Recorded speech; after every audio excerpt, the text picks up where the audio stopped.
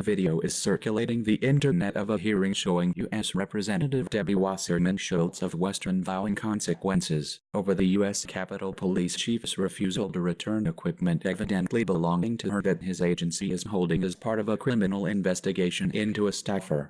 Wasserman Schultz, a former chairwoman of the Democratic National Committee, is one of 8 members of the House Appropriations Subcommittee that handles the budget for the legislative branch. Wasserman Schultz grilled Capitol Police Chief Matthew R. Verderosa at a May 18 subcommittee hearing. It's coming to light a week later because it was dissected and disseminated Wednesday by the conservative Daily Caller website, which suggested the exchange between the congresswoman and the chief had broader implications.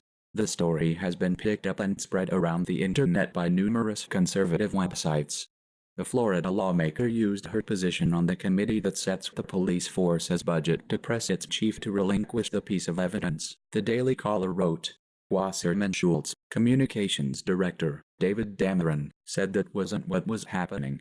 The congresswoman was asking the Capitol Police to follow their own equipment return policy, and as we understand it, that is now happening. The consequences she referred to would be notifying the sergeant-at-arms that this policy was not being followed, Dameron said via email. The Public Affairs Office for the Capitol Police didn't respond to a request for comment. Earlier this year, Politico reported on an investigation of data breaches and equipment thefts from congressional offices. And then lastly, I'd like to know how Capitol Police handle equipment that belongs to a member or a staffer that's been lost within the Capitol complex and found or recovered by one of your officers. What happens? Sure. Well, it's processed on what's called a PD 81, which is a property record. And depending on the property, depending on how if you can legitimately determine ownership, then it's generally turned back over to the owner of the property. If it's part of an ongoing case, then there are other things that have to occur for that to happen. So if a member says that they have equipment that's been lost and you find it, it would be returned to the member? In the general sense, yes. Okay.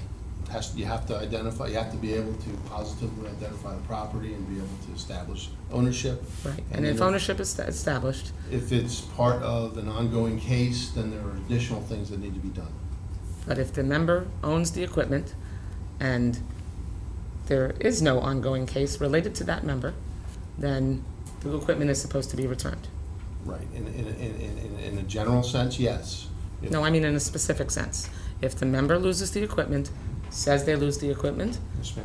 and it is found by the Capitol Police, it is supposed to be returned. If ownership has been established, Right. it'll be returned. If it's subject to an ongoing investigation, there are additional things Okay. that need to be turned But over. not an ongoing investigation related to the member. If the equipment belongs to the member, it has been lost, they say it's been lost and it's been identified as that member's, then the Capitol Police is supposed to return it, correct?